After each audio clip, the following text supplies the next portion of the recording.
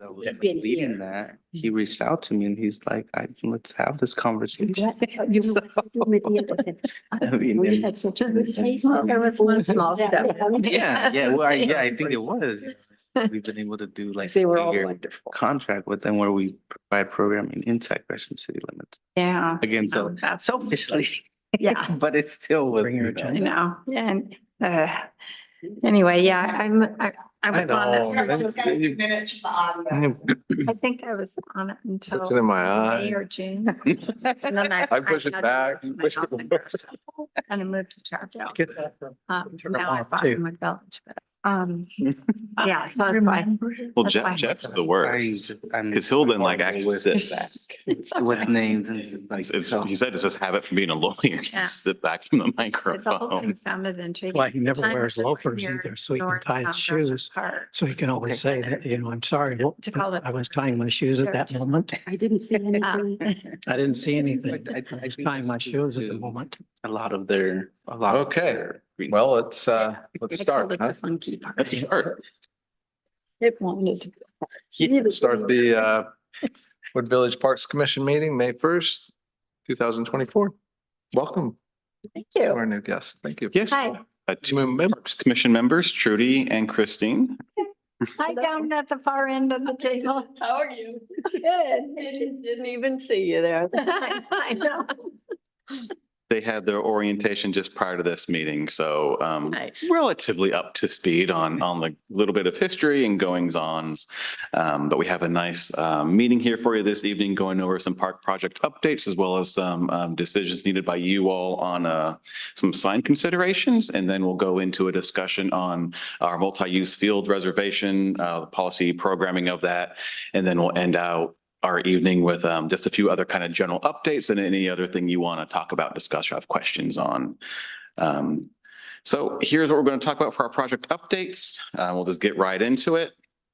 So the park entry sign, that's basically where all the driveways intersect here in the frontage of the park. We presented an option to you all in October, said, yes, go forth and build that out, figuring it'd be a nice welcoming feature, directional signage, park expectations. As we got into it, trying to design, build what we showed you was very cost prohibitive. So we thought, well, we're doing the new city gateway signs. That's a nice fresh look. Maybe we just shrink that down a little bit, plunk it there, thinking they could just rescale it. No, they have to re-engineer it. So that we're looking at other more prefabricated units that kind of meet both the intent of what we showed you in October, but also in looking at that site and directionals of whether it's pedestrian traffic, vehicle traffic, how it could lay out and be seen. So again, this is the area we're talking about. So from aerial view, it's this spot, or as you're entering the park at this spot right here at the corner. So kind of the intersection of all the little driveways, again, kind of acting as a welcoming feature, park expectations, park events, programming, et cetera. So on the left here is what we showed you in October, kind of, we wouldn't do that stone, we do our own stone. But, a couple panels, wood, enough room for maybe a map, directional arrows. This is what you can actually get readily available, or something like this. This one, the shipping was as much as the sign. So the Oregon Corrections Enterprises, it's basically the prison industry program, builds out a lot of park features. And so they're getting us a quote on building this, if we so choose to move forward with it. So the idea is, again, you have a main park element here. You can do directional ones, put it at an angle. So whether you're driving in, you get to see, oh, here's where City Hall is, or additional parking, splash pad, sports fields, all the directional arrows. You could do like events, potentially literature if we move that route. And the neat thing with this one and the one we'd spec, it has lighting, and there's actually, we can tie in, there's a pole right here we could tie into and actually have it lit at night and things too. So the question before you, this is what we showed you. This is diverging from that a bit. And so the question is, does this meet the intent? Understanding, we haven't designed the panels yet, but it gives us a lot of room to swap out panels, implement new signage and park features. And I wanted to add, when we were looking at the other one, we were intending to kind of angle it to follow the driveways. But then when we went down there to actually look at it, and when you come in, when you're driving in, if we were to angle it, you wouldn't actually be able to read the sign and see the directionality of it. So that was another reason why that one wasn't going to work. And then we are also looking at more permanent reservation signs for the various facilities that she was also looking at the similar style to that 3-panel, So for that one, it would look more kind of like more like the single one. this, a little, not quite as tall, and we'd put that in, like by the picnic shelter, the gazebo, the field area. We had, wall mounted ones for the picnic shelter and gazebo, and someone thought they needed them more than we did, including the pole and concrete it was mounted with. Wow. So, Ask a couple questions. please. There's currently a sign right out there. I think when you go back a picture, We have the sign right here. It Like- says Donald Robertson Park. I'm thinking one that's up closer to the splash pad. So I'm thinking that it's to the left. Yeah, there is one in the Grove up here that Oh, covers the park. yes. We this were one. looking for something more at the entrance to direct to both the city hall facilities and the park facilities. Okay. That's where this one, and that looked like an optimal spot to put a sign like that. All right, so 2 follow-ups then on that. That's what I thought you'd say. So this new one is designed for a person in an automobile or for walk-up guests? But ideally, when you drive in, then you can immediately see, oh, I need to go this way for city hall, or I go this way for park. Right, okay. Um, And then additionally, since you have a new design, is it your intention that you would continue to use that new design if you purchase this new sign in all future signage? Future signs that need a structure. So we have, I'll call it several floating ones, like the one right out here. So it's your basic wood frame, Oh, or yeah, the 4x4s. on a pole. Mhm. But any kind of sign of size or permanence would follow a similar, got a little peak, got some structure to it. Yeah, and these could come in this is like a modular, so you get smaller. ones. Correct. Yeah, the small ones, the reservation ones actually had free shipping. So, Wow. yeah, this was as much as it was. And we said no. So what is this constructed out of? Is it wood? This is kind of, It's a composite. yeah. You can see it's a composite. 4x4 structural recycled plastic. Mm. Mhm. Does not rot as Recyclable. quickly. Oh, recycle. Trying Yeah. to find the positive. Structural recycled plastic posts. And you're thinking of in this color? Either that or black. Yeah, I think we had thought about the green, and of course now we're looking to see if we can get it fabricated more locally, but there's also the city hall building, the new restroom building has a dark bronze, almost black tone. So the thought might be to actually carry that color through. The lighter tones, they just don't quite fit the general aesthetic. They also show graffiti easily. Yeah. Oh, yeah. And dirt, moss and whatever might be. Yeah. I have a question. I'm Christine. Well, so being a new member, you're referring to the intent of, putting up a new sign. And so am I understanding the intent is basically directional? Directional, informational, Oh, okay, okay. kind of both. Okay, I don't know about the rest of you, but I find the sign along Halsey to be very artistic, but it's also really difficult to see as you're driving by, like if you were a person coming for a soccer game kind of thing. To see that this is Donald Robertson Park. I don't know if anybody else has that problem. We've discussed that years ago. So this little planter box, you can't really see it in this map, but it's right there. Actually contained this sign here, but it was always parallel to Halsey. But trying to do something perpendicular, you've either already passed the driveway or it's just, it doesn't work.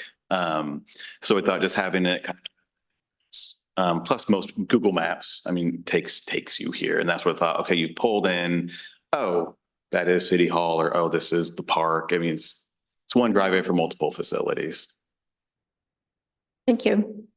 So if they're driving by and you have a sign like you're proposing, you can't read it. It would have to be where you get out of the car, go back to the sign. The arrow Right. would Yeah, be, yeah. The idea would be to have like the larger, yeah, ignore. Cardinal Arrow, City Hall, Park, and then the rest is more detailed So Yeah. people would have to walk back to the sign to read the details. to see. Yeah, that's. To see the that's- detail, that's but in true. terms of like, oh, am I in the right spot? Yes. That's what it's trying to accommodate both vehicular traffic. Again, not Halsey traffic. It's those who've already turned into the park. And those who are, maybe they walk up from this parking lot. Oh, here's, a map, or I'm not supposed to smoke here. There are a lot of people that walk in the entrance too. Mhm. Would there be information on both sides? Is that the idea as well? We've talked about. We were looking at a single-sided one, but since we're. I think trying it to could get be a future potential, say you say, yes, go ahead and give this a try. We get it built, we get the signs installed and see how it is or isn't resonating, what other additional improvements may be needed. That there could be an option to maybe put some things on the backside. Yeah, and then to kind of go into like if someone, originally just passes it and they're like, oh, there's a sign right there, instead of standing in front of it, Mm. there could be, some information on the backside. And it might Similar, just be maybe like in more detail. the center one is maybe where you'd have more information. So are you looking for are you looking for our advice on which one of these designs to go with? No, we can't afford this one. Oh, you can't afford the first one? I have a question though. Could you, if you just had a sign that said City Hall this way, Park this way, could we go with the more ornate sign that we're used to having? If it You wasn't. you mean kind of more like a rock base with. Yeah. Like and if- Mhm. just a straight drag, that's. Could we afford that then? And then the people would know where to go for City Hall and where to go for the park.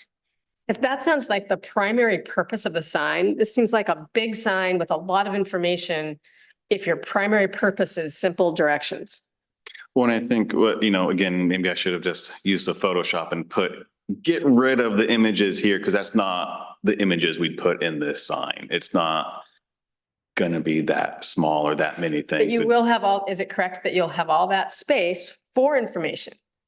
For reservation information, for, no, none of that. Just for listing like, probably a map of the area and then your main facilities, like trails, restroom, field. Directional. Direction. Yeah.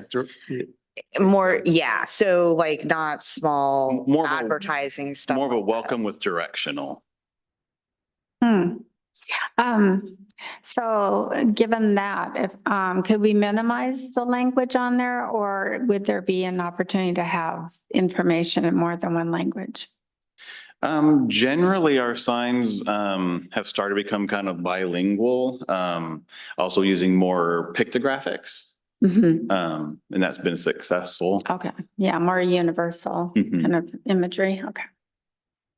And so we haven't designed the panels yet. We have in our head, kind of the general concept without having what Right. it is we're building. We haven't designed the exact panels yet.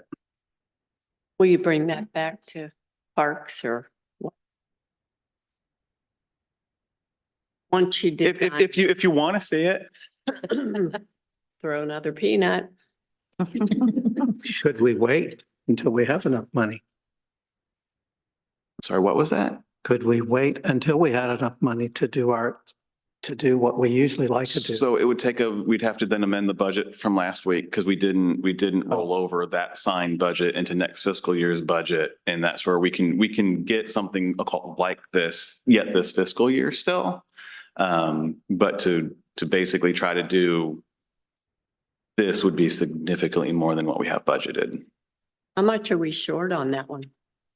It's hard to say because you'd have to get the design too. So design on top of construction. Yeah, design and engineering. And based on what the gateway signs came in at for construction on top of a $30,000 design. Yeah, the gateway Um, signs are running about 80,000 a piece. We What have is- 7,500. What is this? So the one that you can actually order and last time I looked it up, this one actually did have free shipping. It's the little signs that Oh, they did. it was the little signs that the shipping made them cost prohibitive, but it was about 5,000. And we're just looking right now to get a quote on Oregon Corrections Corrections Enterprises. to build. They thought it was pretty feasible that they could do something like that. The other thing to note is the sign in the Grove that has the park information will likely be going away. That when we do the CDBG project to build the new ADA pathway, it's going to kind of be in the way. And it's not feasible to move it. You can't move it without destroying it. Oh, Yeah, Right. unfortunately, yeah. an ideal. So part of this is, yes, directional.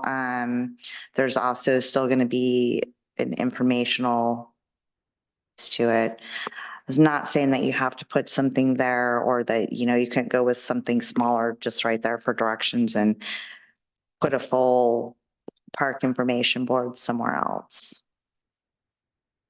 And how much again do we was the project budgeted? I think I 70, think we have about 20,000 about 7,500 for for the this. sign.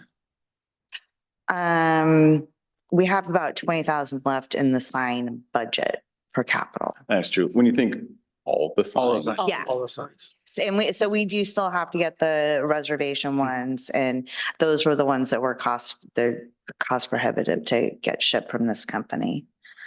Well, I like this sign and I don't mind it being one-sided because if you're looking at the other side, you're in the grass. So Yes. walk around, it's that easy, but I like this sign. I just always think about the weed eater effect on it and stuff. When you look at the base of the other one, it Hmm. just, I just think of long-term, how long it's going to last. Bang for your buck. The other portion, and so they have an option where basically bolts onto surface mounted concrete. So we pour some concrete so it wouldn't be in the dirt posts. Oh, okay. And it's plastic, so it's good. Oh,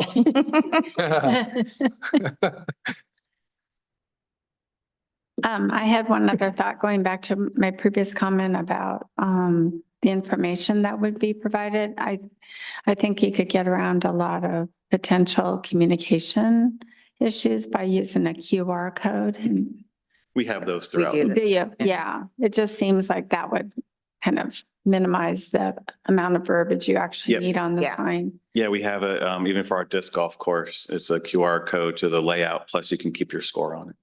Oh. Okay, thank you. Could a portion of it be cladded with wood? Short answer is yes, exactly. The hows, the wheres, that's going to probably depend a little bit on what we get back from the Oregon Corrections Enterprises. Could maybe, if there is a bit of an eave, is that like kind of wood shingles or something? Right. There's also, again, depending on the final everything, could you maybe do some stone featurettes around the base or something just to give it a little more Bulky. I think I would like to see some wood. just some decorative element. Yeah, some elements. Make it that- pop a little But it bit. just doesn't look like a plastic $5,000 sign. I could be completely mistaken, but I think at Tesoro Island in Gresham, they have a sign that's very similar to this plastic one that you're Where at? proposing, at the Japanese garden. Okay. But I think it's not as ubiquitous looking. It seems to me it has some kind of stylish elements.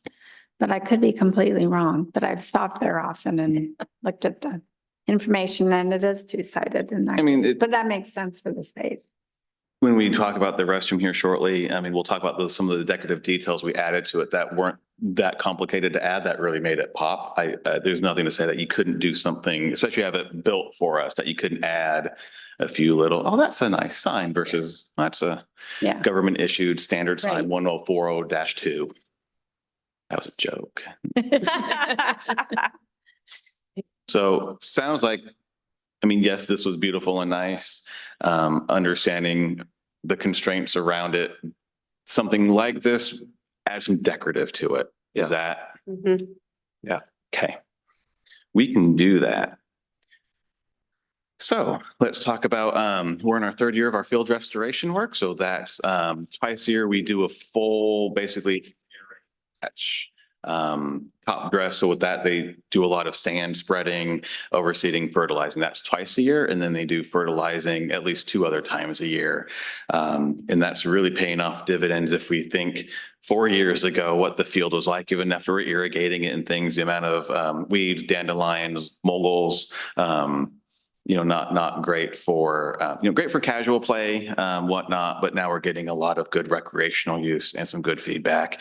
And this treatment has been continued for the next upcoming fiscal year. So we're planning to do the same treatments. And what we were told years ago when we started that, it'll help, the first year and 2, but you're really going to see the big benefits, years, 3 and beyond. And we're really starting to see that if you were to go run out there and go play, it's a much different experience now than it was 3 years ago.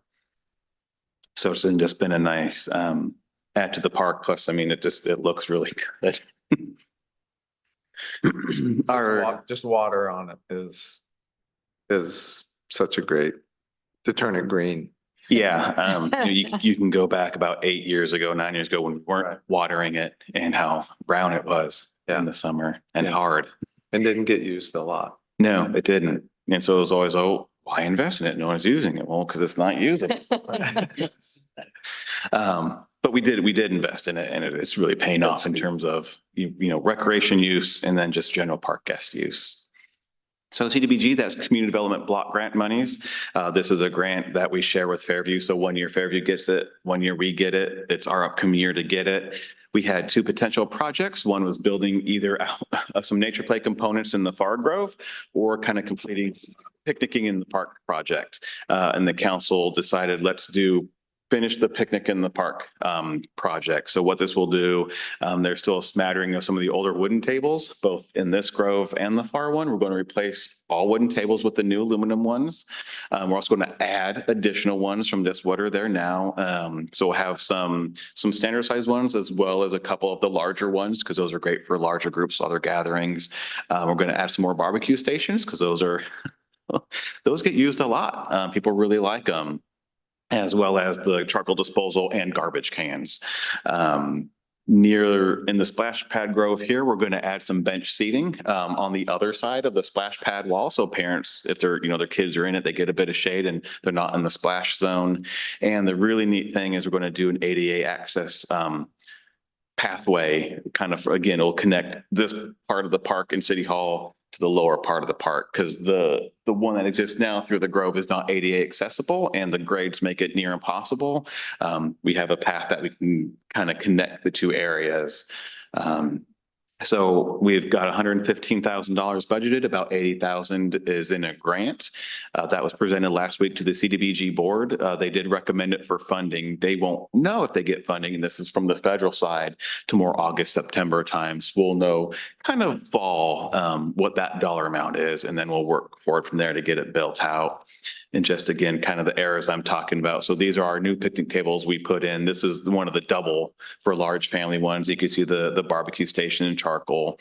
For the bench seating, we're going to do what's out here in the plaza, kind of that composite. So we're not going to do like metal benches or anything. And so, yeah, this will be dotted with a couple more picnic tables and then an ADA pathway, looking at how best to actually get the grade through this grove. It might come off of the trail here, it might come off the concrete here. We're still looking at those options. But that will be the CDBG project. Hopefully kicking off a year from now, if not wrapped up a year from now, would be that relative timeline. Restroom replacements. So this is our restroom on the left. And what's interesting when I talked about little design elements that really make it stand out, the first blush did not have this little trim detail that kind of mirrors the city hall. And we said, no, we need some wood on it. Just adding that one piece really makes it fit in to our overall aesthetic here. You can see how it lays out here with the floor plan. So it's 8 individual rooms. So it's kind of single serve. So whether it's, a parent with children that need to go, you don't have to worry about, I've got a small daughter, but I'm a male, which one do I go into? Or if we get other people and they need some extra care assistance, it doesn't matter. It's just you use the one that's available. Lots of lighting on this one. We heard both from Parks Commission and Council, more lighting. So it doesn't show up in the rendering, but between every single door, it's not really a spotlight, it's a downcasting light, but downcasting about 40 feet. That's wrapped around to each edge. So on the corners, they have that light. And then the top of the eave actually is more of a spotlight feature. So plenty of lighting around this. On this side of the restroom, which for orientation, the little 88 picnic tables here, basketball courts over here. That's where we'll have the drinking fountain relocated to. So right now it's more over here by the playground. It'll fit over here. Same kind that we have now with has like the bottle filler, the drinking fountain, and little doggy bowl. So we'll continue that as well.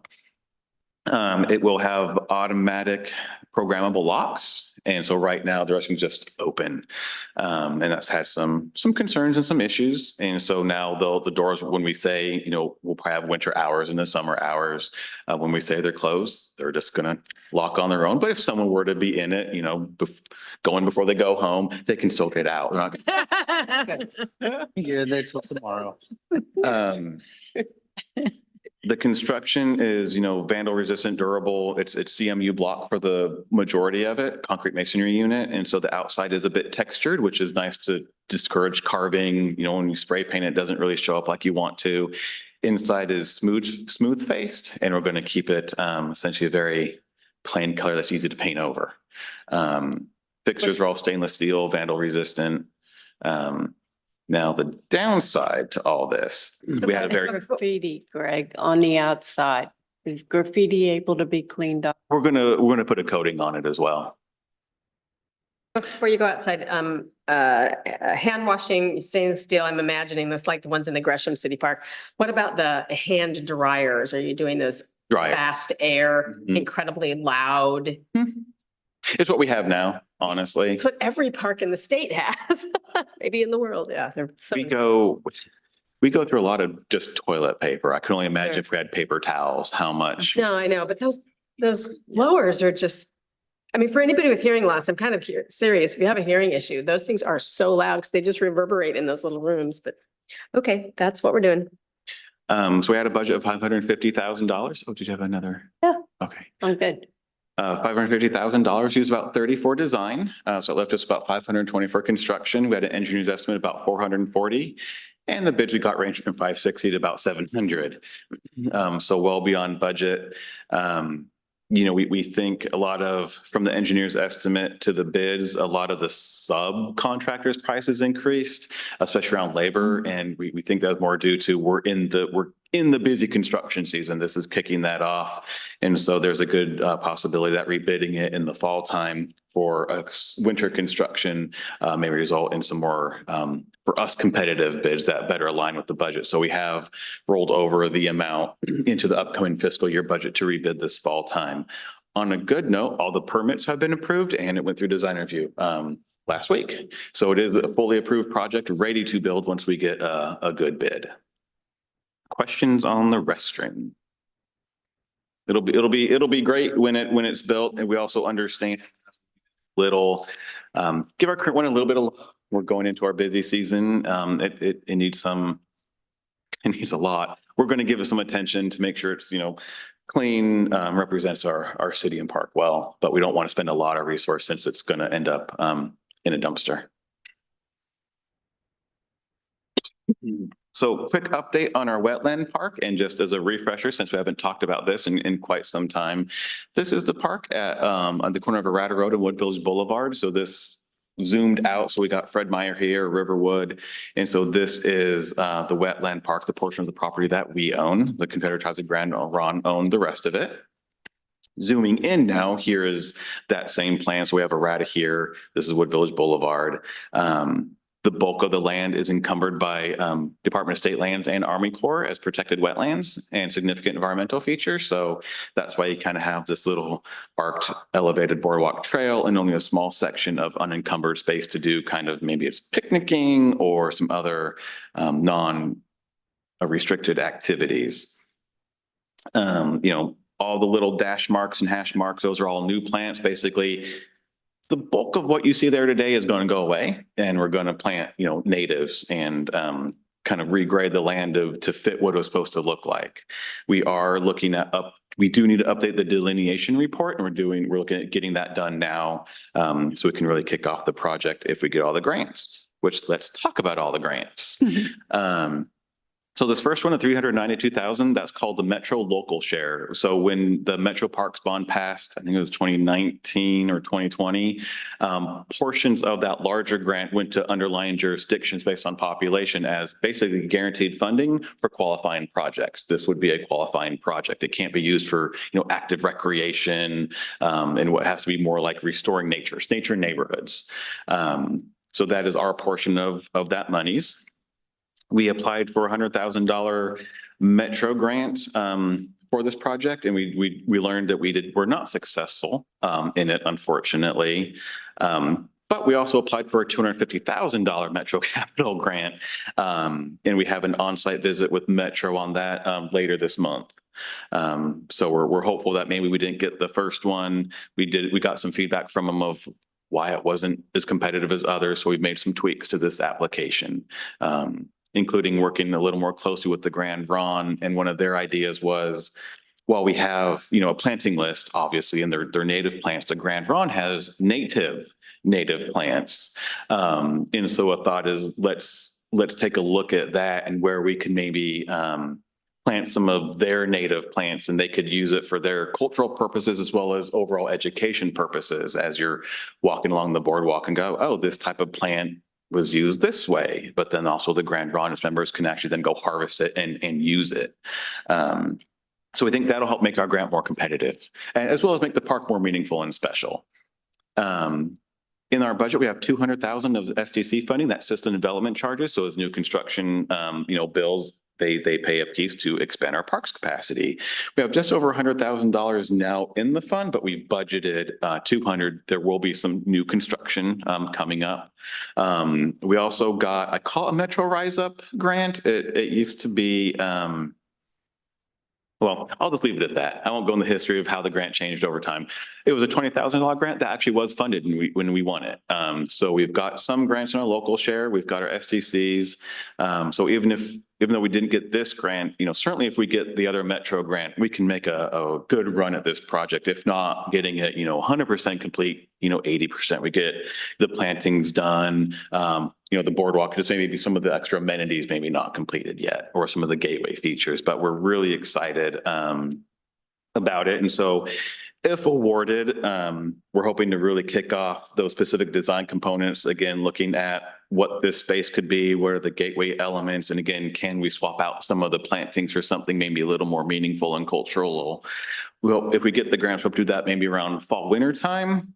And then because it's a protected wetland, you have to get special permitting, which tends to be more in the dry season. I don't know why I air quoted that. More of a summer build. And so that would be looking, hopefully, you know, a year from now, we're like, okay, we're getting bids on it, or we've got bids on it. It's going to start, you know, July time. That would be an ideal scenario. So we'll just see where everything lands. But it's exciting. We knew this was a very expensive project, and it's exciting to see some of these grants line up and make it a potential possibility for our community. Okay, that's it on current projects. Wow. Now for a policy discussion coming before you all, and it's about the multi-field reservations and programming that we have. So I'm going to go over how we currently do reservations. we haven't had too many issues, but we want to make sure we don't. So I call it issues and conflicts. It's more, we could see these coming down the road if we don't do some steps. And then we have, call it suggestions for revisions, is more questions, targeted questions that can help prevent some of these conflicts, and some ideas on how that could that could go. And we brought this generally to council back in March, and they said, yeah, this is a great one for parks to weigh in on and see where they want to take it. So let's dive right in. So we have, you can reserve city hall stuff, other park amenities. We're going to focus just on the field at the moment. In our park application lists, you can rent the picnic shelter, gazebo, or multi-use field. And that's a checkbox, multi-use field. If you're a non-commercial use, so you're not trying to hold like a paid event or some kind of your commercial entity and you're less than 100 people, it's at no charge. You just reserve the field and it's yours. Part of the no charge for that is it comes with, we don't have park attendants. And so you kind of enforce your reservation yourself. So you may have to ask people, hey, there could be people playing on the soccer goals, like, hey, we have a soccer game, you need to leave. That's for the reservation person to do. Non-commercial, but over 100 people is $100 plus insurance. And that's just because when you start getting that many people organized in one spot, there's, that potential for additional wear, tear, and then liability. And then commercial use, which would be more of like a for-profit trying to do something for profit, it's $500 and insurance. Most of our reservations, especially the ones that consume a good chunk of the field, are either through Play East or its affiliates. We'll call it Eastside Timbers, I think is no soccer. Okay. Because yeah, a lot of soccer stuff. We'll call it through Play East or its affiliates, or just small groups and gatherings, family reunions, picnic things, smaller events. So some of the issues we've seen now that the field is in really good condition and it's getting noticed, there's no delineation. It's just the field. And you saw in your packet, we've got a concept of maybe dividing up into sections, and that could help. Oh, you're just, in section 1, or it's better programming of the field to have multiple activities or open space. Right now, there really isn't formal prioritization. We know that Play East, being one of our partners, gets priority. But that's kind of more informal and just kind of, because we are Play East, we know that's a good use. We've had some large event requests. I'll use the example of it's going to be a volleyball tournament. That basically was a paid volleyball tournament that they'd use proceeds to do other volleyball related stuff outside of this city. And they wanted the whole thing like from 8 to 8. We said no. It doesn't, we said no, and that's one of the prompting questions of, we said no, but it's really what does you all in the council think about that, because it gets back to what's the community's use and overall community benefit of that field. And we've also had reservation requests where they want like every single evening for a year or No.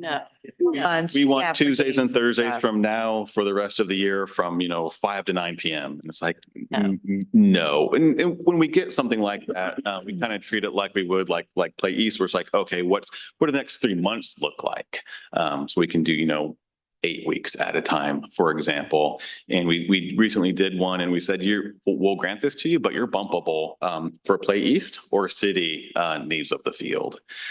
So the questions for you all, and it was in your packet, what are your thoughts about splitting that field into kind of 5 quadrants so we can better program it out if there are multiple soccer things or some open space?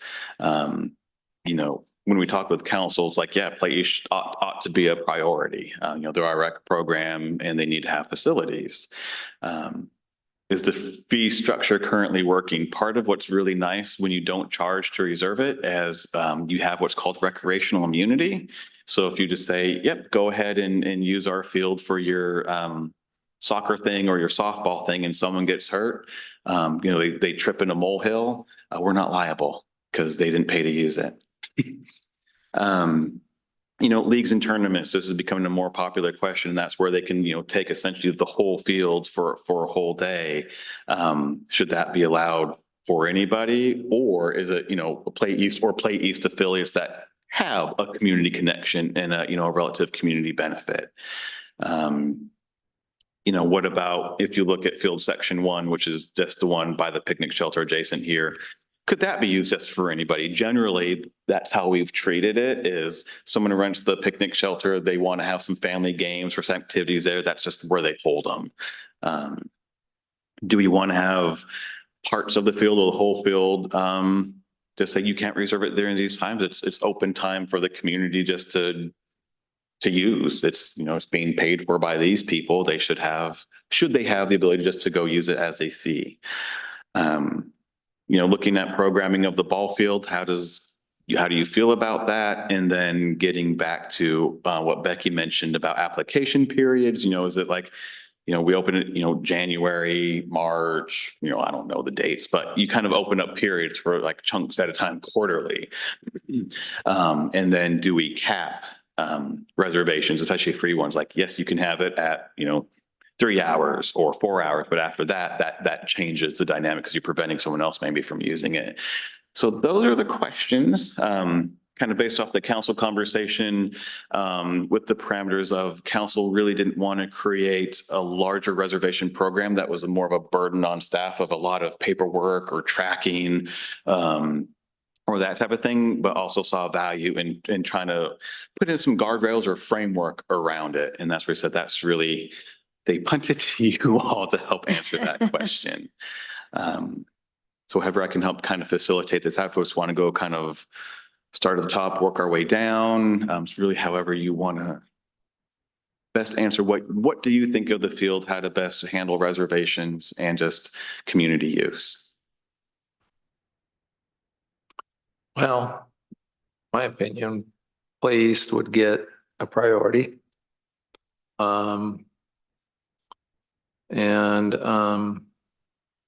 I'd say item number 2, a fee structure. I think that's viable. I think that's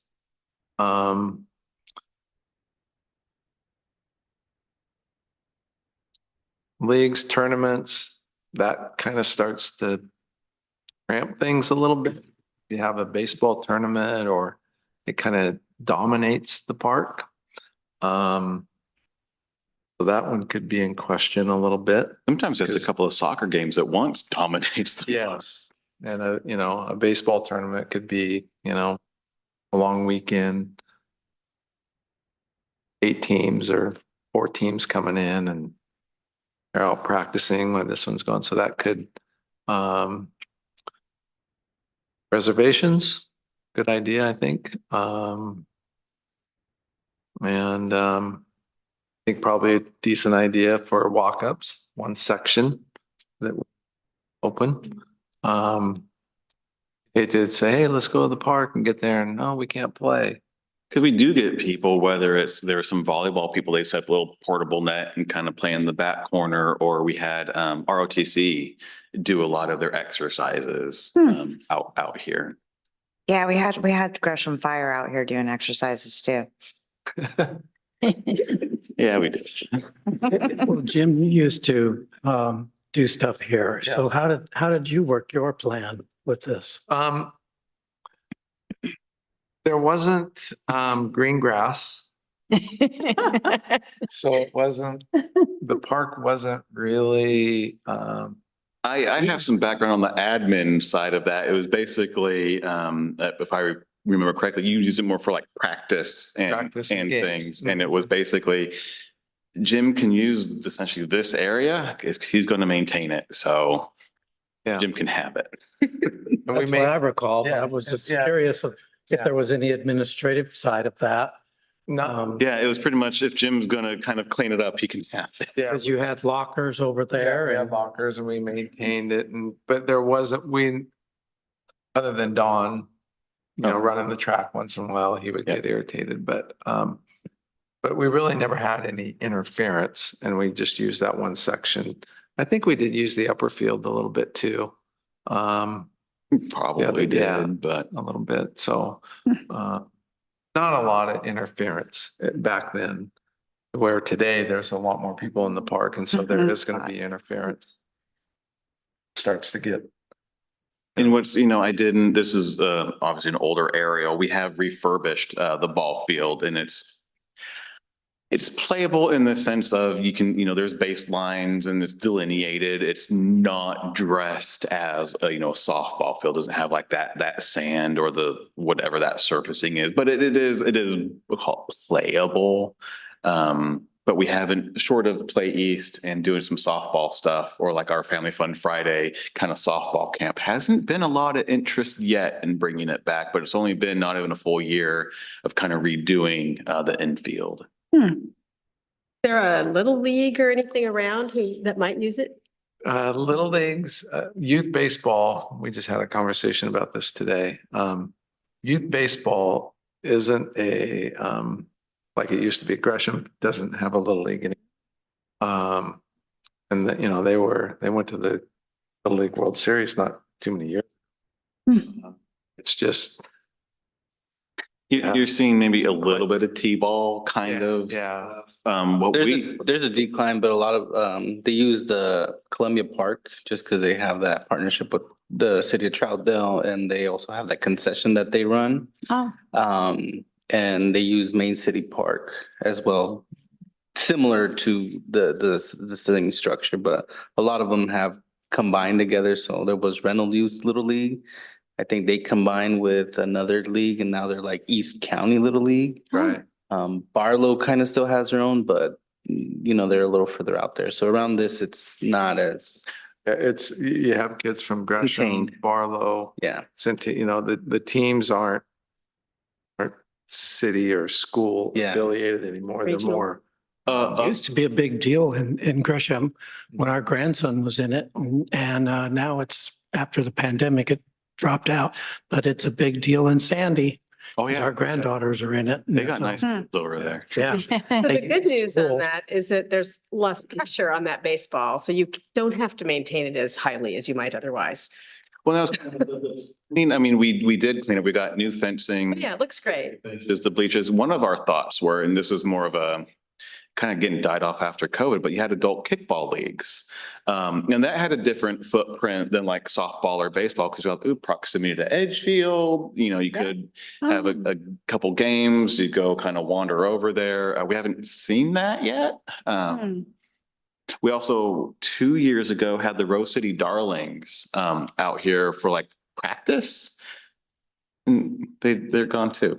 So- But that was actually really cool seeing, kind of like a very competitive team use this facility. I mean, we thought that could bring people out, because you go back 30 years ago and, we had two very active softball fields. I mean, it was busy for baseball out here. But things have changed, but we saw the facility. Just haven't seen the use yet.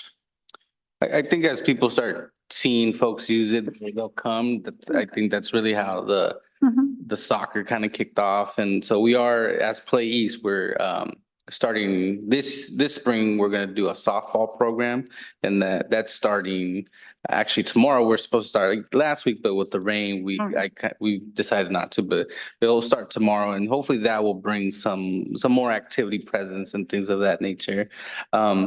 I agree with like the sectioning off field reservations as a huge user through the program.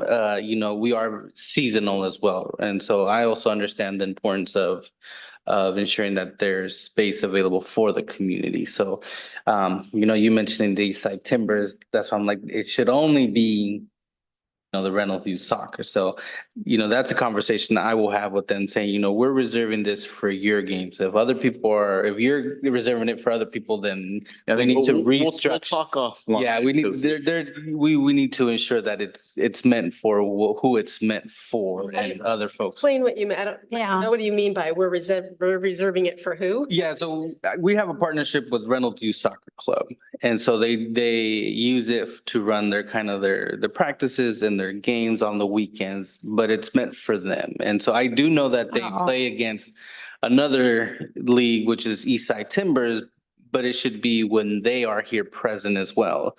So now if they're saying, oh, well, Eastside Timbers just use it for your games, then that's where we It might, should. maybe it was just the two were against each other that particular weekend. Yeah, so I do know they play them, and so. That might have been, Yeah. that might have been, because I know they were here, Yeah, but that's but probably why. Yeah, but if Eastside Timber is solely playing, then we need to, because they have, one, they have Other- money. Other facilities. And they have other facilities that they can utilize. So I also want to be real respectful and mindful that, again, this is for our community. And like, the reason we do partner with Reynolds Youth Soccer, because they serve a lot of our Wood Village residents. And so that was the key. Aren't they behind their it. soccer goals? Like those soccer And- goals and- were yeah, not the city. And they did bring the soccer goals, and then he does come line it. So he puts kind of like, Jim did his, he puts that work in. So, but we also want to ensure that he kind of understands that partnership and what it truly means. And in the summer, we only use it during the day for camps, and it's, it's not the whole summer,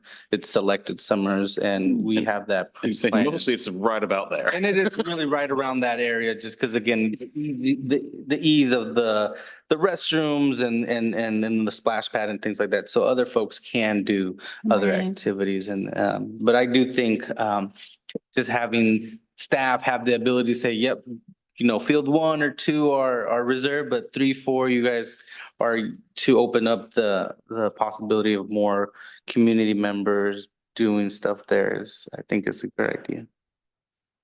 Are we just allowed to talk about our opinions on this, or is there a I'd assume structure? it's, I defer to where we the. go? Oh, do I need to be recognized? What was your question? Oh, I thought we were going down the list. I think we're just kind of bouncing all over. Oh, okay. We can go Well, down. this is Christine again. So, when we're talking about splitting the field into more, apparent sections, what are you thinking about in terms of on the ground, like designating, 1, 2, 3, 4, 5? Yeah, we haven't had detailed conversations, not knowing where these conversations would land, but there's certainly things you can, like I just go to golf courses where they kind of have like in the ground little markers, not necessarily the ones that stick up per se, but kind of surface level, just maybe little dots or little circles that don't necessarily impact the aesthetic, but can kind of help people understand, oh, here's generally the boundaries of this. Oh, Also kind of when we get like the soccer, like you have it laid out now, so they lay out their areas Well, within right, a they generally line the defined box. So yeah, okay. In general, I kind of like the idea of, having, that area number 1 available like it is right now to people using the splash pad picnic areas. And then I don't know, maybe it's old fashioned, but I think it's great to maintain some kind of softball field, like, I don't know, I grew That's up why in we the era maintain of pickup games, and things, and like, family coming out and wanting to have like a family softball game. I mean, I think that's, when we've had like individuals, little families do some, pitching, and little hits. and Yes. So- yeah. Family out there one day. Use, it's just not organizational use, par for Play East, introducing it back. Yeah. I definitely support the idea of prioritizing the Play East group, but what about in their off season? Then is that kind of Generally, open? the off-season is the off-season for the park as a whole. Oh, okay. Not going to use it in January. Yeah. Okay. And we do also try to stay away, like, after end of October, when the rain comes, Uh-huh. I tell folks, nope, we can't use it because I don't want them tearing up the investment. Ah. Put into- so Multiple. You have a little I do vested tell them, interest. people have Yeah, asked, they're it's- like, I say no. Kind of latter spring, summer, early falls when we get the bulk of it. When you think more of the winter, dark, rainy season, there's not a lot of reservation asked. We start getting the ask for springtime in January, but not a lot of, hey, can we use the field in January? Okay. As far as the fee structure, I wonder, I tend to think this way, like somebody else has already thought of this, right? Like go to Tualatin Park and Rec, even though they're massively bigger, on scale. Oh, But I'm wondering if there is some kind of, I don't know, structure that's already working in somebody else's area or town where they have Or a even park in like Gresham. that. I mean, Yeah. that's why I say I think our fee structure is working. We just want to use this opportunity as, do you still agree with that? Do you see something different? Because Well, I'm the just fees wondering. are the costs of the maintenance of And it. that's what I was gonna bring in, like, the more wear and tear, of course, the more Yeah, maintenance. no, it's a net loser regardless. And Oh, so it is? Okay. never going to recover the costs of the maintenance. It's Labor. 35,000 a year just to doing what we're doing now.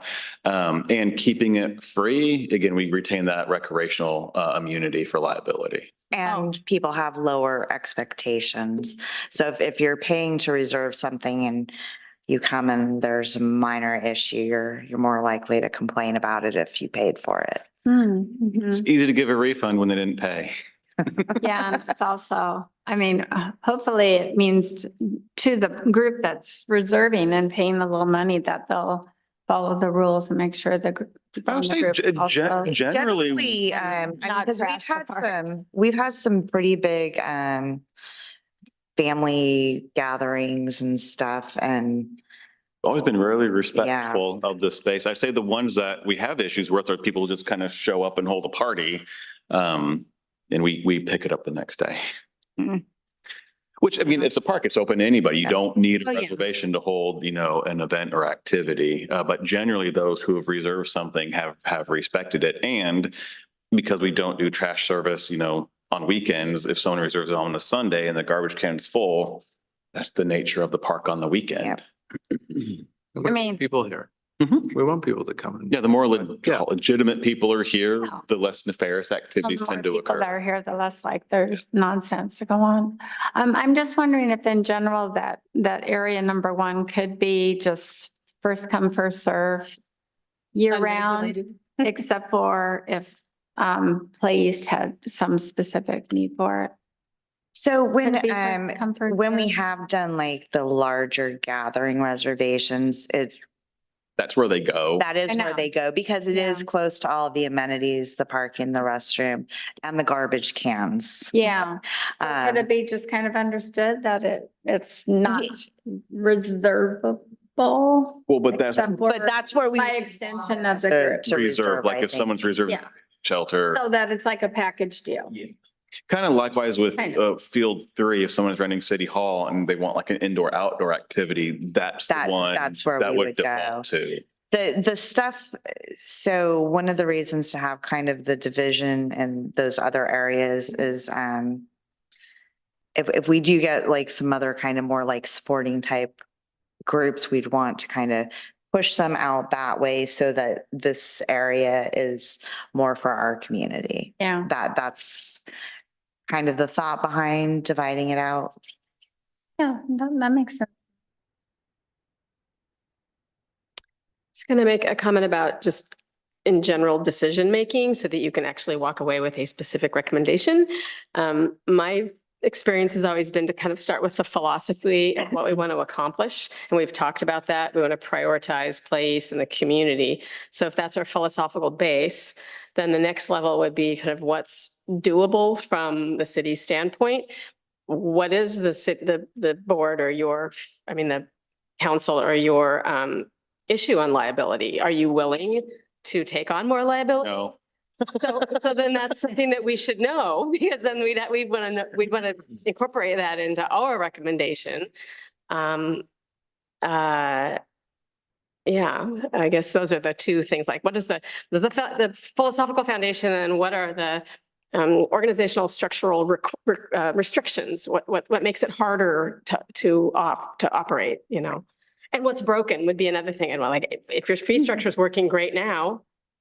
It seems to, we just wanted, as we're talking about the field and reservations, again, it's one of those. And that kind of comes up more like if everyone wanted to focus more towards really programming the field and getting leagues and tournaments and stuff, then that's kind of more where your fee structure changes would come into play. And you're not So- interested in adding a marketing person to. So in talking, no, but in talking to both you guys and the council, nobody seemed interested into going that It path. seems like we're hearing very similar Yeah, things just kind of keep it more for the community, limit like the big sports reservations and that keep kind of stuff open, keep things reasonable, prioritize Play East. And you had mentioned the volleyball tournament or some other tournament, that would prohibit then for, even if it was just a full weekend, the community from doing what they expect to be able to do in their neighborhood park. And that's part of the reason we turned it down even prior to having these bigger conversations. It was the full field. Yeah. So even though that could be an income generator, it also sounds like philosophically and organizationally, the income generation is not a priority. Correct. Okay. So I think that really helps to show the picture is what is the philosophy? Yeah, I understand. Yeah, and that's, part of when the council went to, no cost reservations, because years ago, actually, it was very expensive to reserve a city facility. And then we pretty much flipped it on its head and said, we know our community members. We want community members here. We know the income levels. Let's make it lower barrier for people to use the park. They paid for it. They should be able to enjoy it. So it kind of moved away from, it's not a revenue generator. It's a community builder. Agree. Other thoughts, comments, questions? I have a few thoughts, but please. But you're only allowed Pick one. I'm sorry, then I'm leaving. Split the field, I like that. Mhm. Okay. Prioritize Play East, of course. You got to do that. It's a great program. Fee structure, retain the current. I'm good with that. Leagues, not for big, long stretches of time, no. Open reservations to field section 1. I like that idea too, just in case, because people, spur of the moment, that's it. Leave open periods when fields are not officially programmed to allow for walk-ups and open play. That may be a little iffy if the people that really wanted to use it forgot about it and then showed up later. I don't know, but I think that's good. I mean, if nobody's there, use it. That's how, yeah. Pursue programming for the Northeast Ball Field. What do you mean? It would basically start marketing, promoting, hey, we've got, I'll call it a semi-refurbished ball field again, whether it's for maybe some little league stuff, t-ball things, or those adult kickball leagues. So we put that in our newsletter. We can, yeah, newsletter or just kind of Facebook, just saying, hey, don't forget, Yeah, we've recently that'd be easy. refurbished this, but maybe not pitching it for big Yeah. to-dos, But, just if it brings in a few teams, as Council President said, now that we'll be doing some Play East programming, again, kind of how we saw soccer start off real slow when we refurbished the field, that may grow organically too a little bit. okay, and then the application periods, I think they should be closed on certain dates. And the time limit, So you like that? I Yeah. wanted to understand. Okay, good. yeah, Okay. yeah, because, you don't want a whole bunch of Okay. to rent something and getting mad because they can't. Right. Time limit on rentals, yeah, definitely time limit on them. They Yeah, can't go we were for- thinking like can't 4 go- hours. 3 to 4, somewhere in. So that's my thoughts. Say that. Time limiting was also meant for like the number of weekends or something as well, right? Yeah. So not Um, picking up the entire summer. Well, so the only one that runs the entire summer, Hyra. Well, I'm speaking of I don't want other groups. I'm not speaking of Play East. No, but the Okay. time limits is more for the length of time, because right now you can reserve the picnic shelter, the gazebo, the field for the entire day. So Oh, we were got it. looking for Okay. more like an hourly time limit. What would be the cap on the hourly time? So we were thinking like 4 hours is a reasonable time to It's have a reasonable. party, Yeah, set yeah. up, have the Okay. party take. Yeah. I think that's Um, good. It's just, yeah, right now you could call in and you could reserve it 8 to 8, but maybe you're not even going to show up till like noon and start doing stuff. And then No. you've And you kind leave of at locked 4. somebody else. Yeah, so that was more for an hourly thing, not a multi-day thing, because the multi-days have just, It's a, whole- that's kind of more towards the league tournament which sporting we're already stuff. kind of gonna, Yeah. but for kind Right. of affiliates with the community Yeah. benefit. Are you going to set times that they can have it, or are you going to No. let them tell you the time they want it? I think we'd still keep it open to them, dictating the time, just more trying to cap it, just to make sure. Yeah, You would 4 hours tell 'em like maximum or it- something it- like that on But if the you did- application. If you set time, then you could have 2 different parties come in on a day, like Yes, from 2 to 4, and then somebody can have it from 4 to 8. I And mean, you can still, We've done that not already. very often that we've turned people away. And we have had where there's been multiple reservations at one of the facilities. I mean, we could have you maybe thought see of how it doing goes and see if we run into a lot of It's conflicts. and probably more of an adjustment where we kind of leave it Yeah. probably as is with, over 4 hour time. 4 hour maximum. See how that is or isn't working and then Yeah. we need it And then for maybe Yeah. set block out structured times. Yeah, as long as they know how many hours they get to be Yeah. there, that's. the And actually, important the thing. majority are somewhere in the 3 or 4 hour range anyway. Yeah, The you- majority, but we're you trying to just- stave off problems. Yeah, and I think that's kind of more where it came from. So does the rate increase the longer they stay? Well, it's hard to increase 0, so. Double 0. If they want it for 8 hours, do they have to pay? Or is it, no, you only get it for the 4 hours? Now they could get creative and go, okay, I'll rent it under my name for 4 hours and I'll get someone else at my party to rent it for 4 hours. I mean, that's just, Frankly, because it's so open, they can rent it for 4 hours and they can stay for 10. yeah. I mean, if there's no one behind them. I mean, There's reservations for like the picnic shelter and like the picnic area. Does that, if there's a fee, does that waive the immunity? Yes, it does. So that does. So it's Correct. not just only for the. No, fee. it's any kind of park or recreation. If there's a fee, you lose your recreational immunity. Is there is there a threshold or is it just any? So even if you were like $5 or something? It generally is, they say generally anything under 20 is more of a, the legal term, but they say under 20 is okay. But we're also going back to that council philosophy of we're a lower income community.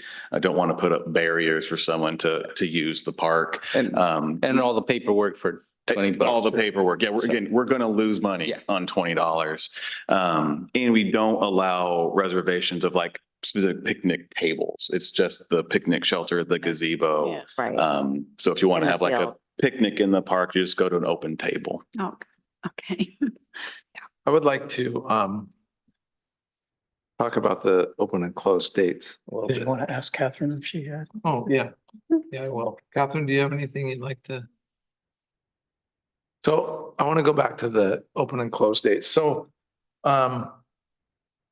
if we open and close them and there's time slots available, you can still rent it, right? I mean, or would you say, hey, no, the application. Again, I think it's more targeted at those that use it more programmatically versus I'm having a family reunion in 2 weeks. Yeah, I think that part of those questions did come up when it was like, if you want to make this the place to come rent for your sporting event or anything like that, that's kind of where you'd get into more of the open and close.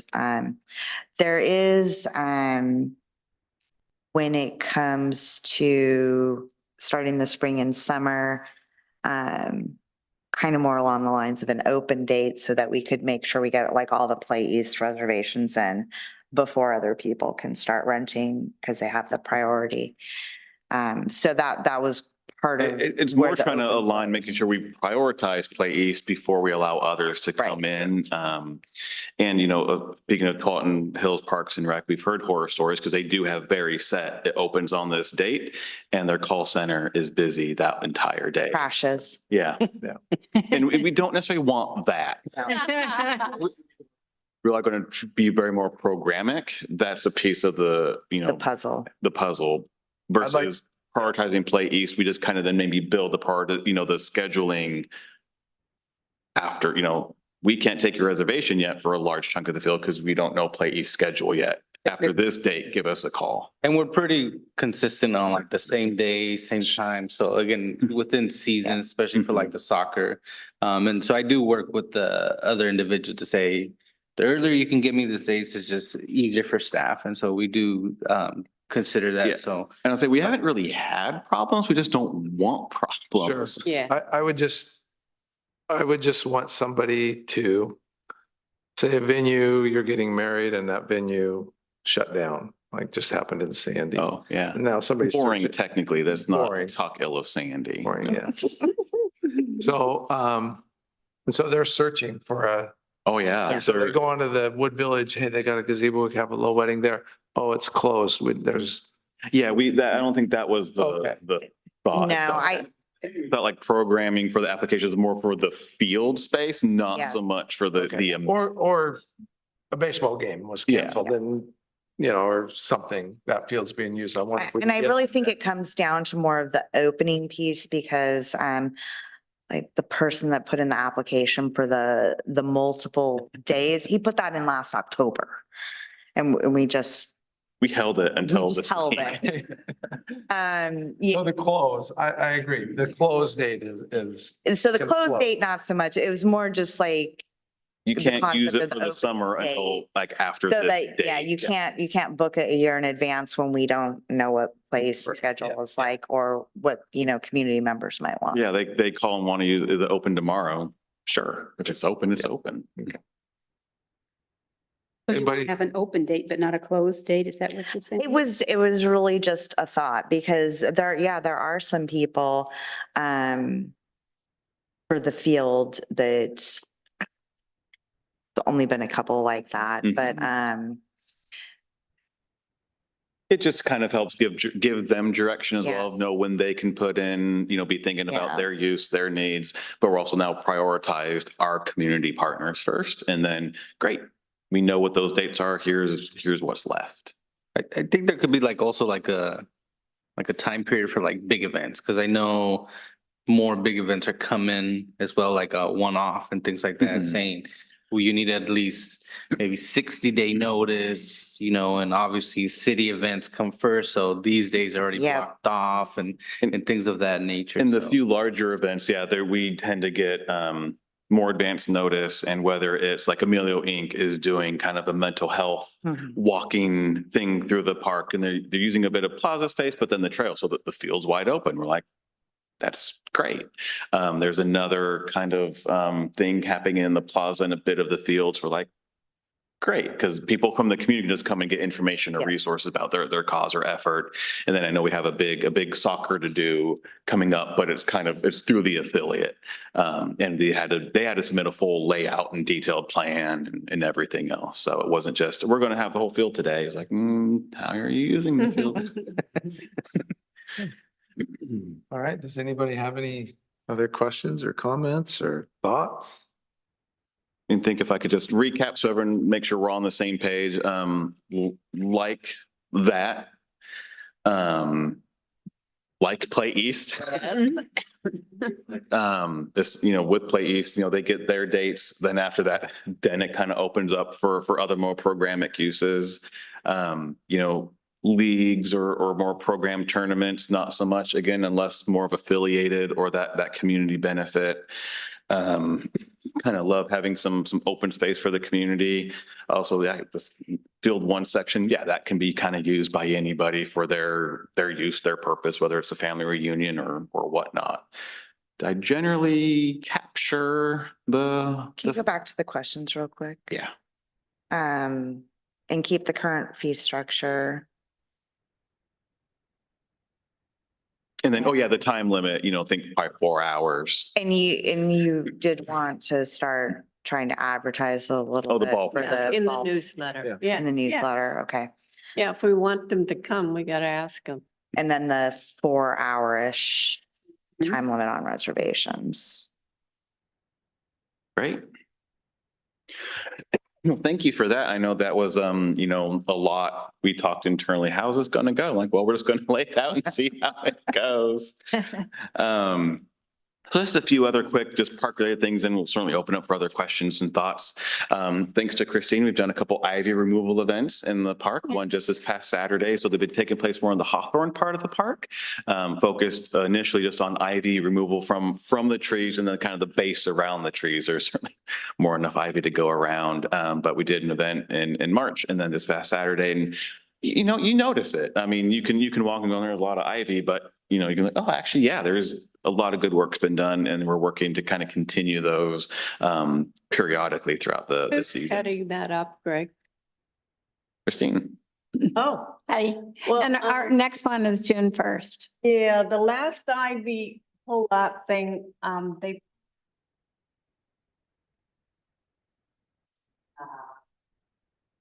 For the greater good. and no, because of the little. So anyways, just I mean, again, I would think if you look at ivy to other things that were removed, it was probably a higher ratio of the ivy. But yeah, that is something, you know, we are cognizant, you know, there are a lot of, we even talked about the critter habitat that can be surrounding that area, just cognizant. That's why we're trying to stay focused more on the trees immediately off the trail to start, and not so much in the inner portions around there. But you know, especially the one in March, I think had 20 some odd volunteers. It's a little harder to rein in versus the one on Saturday had 4. Yeah. But hey, we removed a lot of ivy for 4 people, and we found treasure. did you? It was a suitcase full of blankets. A what? A suitcase full of blankets. Is it that black suitcase that's still sitting by your house? I wondered what that suitcase. Yeah, when I came across it, I thought, ooh, bank heist from the 1950s. I was kind of hoping. We do have a new or newish groundskeeper who's been here for about a month, Robbie. So he's our permanent groundskeeper. He's been doing great, lots of great experience from, he worked for Clackamas County Parks and Recreation. And so did everything from their restrooms to their more cultivated parks to their more natural air. So a lot of great experience, a lot of great ideas. He really knows his way around an edger, which is great to see. And so he's doing, you know, obviously the park, but he also does our rights of ways, Mayor's Corner, cleans the restroom. So yeah, we've been out one for about a year. We did temp labor, and we had some really good ones and then some ones that didn't last so long. So it's nice we have someone on board who seems to be a nice fit for what we're doing. We also know another project that was on kind of council's, you know, radar, your all's radar, more lighting in the park. We had a recent conversation with PGE because looking at the frontage of our park and realizing, you know, there are actual light poles out there and some lights. How do we work with PGE to expand that? And they call it an area lighting specialist. So you have your street lights and area lights, and it goes on different tariffs and schedules. I'm not going to bore with the details. Just know we're working with them to try to optimize what we currently have, and we add a few more poles in this frontage area and really kind of brighten up this front, leaving the natural a little more darker. And then obviously, you know, long term, you know, what do we do with the multi-use field? But that's way in the future versus let's focus on here the more urban part of the park first. And as you saw with the restroom, some really good lighting around that. In the upcoming budget, there are funds to bring back a community garden. So if you go back in the Wayback Machine in our old city hall, we had a 20-plot garden there. So we have $12,000 in the budget to bring back a community garden. We have a couple thoughts and concepts. Certainly that will be coming back to you once we better lay out and land on some options, because we're looking at you know, access, security, and water availability. Those are kind of the 3 buckets. And we've talked to some other organizations that run some really large community gardens. You know, they got great big ideas, and we're like, well, you know, still got to keep it a park. We have some ideas, so you'll be seeing that as we kind of refine that. And the idea would be that you know, we'd build it. So again, a year from now, it's started and, you know, kind of up and running. Are you thinking about in that case that you would like rent plots? Correct. Yep. And we're thinking raised beds. So it's easier to maintain, some fencing. So, and then new. So as you've seen, our playground is aged. It is well maintained. It's functional. It's safe. It is showing the love that it's had. And so in the upcoming budget, we've added $120,000 to a sinking fund to start that replacement of that facility. Because you could look at playground equipment as 150 to 200,000 all the way to $1 million. Playground equipment is one of those how much for how much kind of discussions. And so the thought is over the next 12 to 18 months, working with you all, the council community members who use it, what do you want to see? What does that look like? So then we can get costing and then start funding that over the next 3 to 5 years to then replace it in the coming years ahead. So that's kind of on the radar for the period ahead. So you've heard our current projects and where we're at with all of those, a couple of future ones. What other thoughts, questions, concerns do you have? It's okay not to have any. Nothing. Just be with what you're doing. Oh, I do have a question. Where did you say you're gonna cite the community garden? We don't know yet. Oh, We're bouncing around a couple of ideas. One of them, a potential idea, and again, don't take this as like done in stone. We're thinking about, I wish I could zoom in. Basically, we'd relocate this trail that's just immediately adjacent to fencing mhm. and kind of push it to the east a little bit. And then put the community gardens along here because we could tap into the irrigation system and also create some separation from our neighbors over here from the Right. more active park. That's just a thought that we haven't really laid out and looked logistically. There's a few other sites that we just kind of want to take a poke at and just think holistically, again, access, security, water availability. You also have that row of trees there now. Yeah, they'll take a while before they impact it. And plus, it would still get some really good southern sun exposure here. The thought with the trees is we get a lot of soccer in this area, and Mhm. 20 years from now, it's going to be great shade for the people. Right, yeah. Yeah, It'll make a nice shade for a walking path too. So There maybe you if the go. walking path's on the other side. Yeah, It's a narrow space with some competing activity. right. yeah. There's, I'd love to have a park double the size. We could really add more stuff. But we do a lot with what we've got. Yeah, on the, I guess it would be the southeast corner of the park. And there seems to me along the walking path, there's some, they're empty now, but they look like they had some wooden raised beds there one time. They're planted, yeah. Edible garden. Yeah, they're still there. Garden, they're still there, but Oh, Oh, yeah, there's. the problem with that is water and sunlight. yeah, And that's what I wondered about. So yeah, They're kind of along that first golf tee. Yep, with so the- right in here, we call our edible grove and garden. So we have raised beds that we plant more seasonal plants. And it's just then for people to pick and use as they need. We also have, I think 16 fruit bearing trees of, apples, pears, and then we have blueberries, raspberries, and then our natural crab apples. Yeah, that was a built-in more of just a community grove. So I see. unlike the sense of community garden where you rent a plot and those are yours, this is Right. just, we plant stuff for the people just to take as they may need. Oh, it's good to know. Thank you. I have a couple of staff members are really into it. They've got their seedlings by the window now. Well, They really are. Okay, All right, all good? we're good. All right. Thank you, everybody. Thank you. 6 months, huh?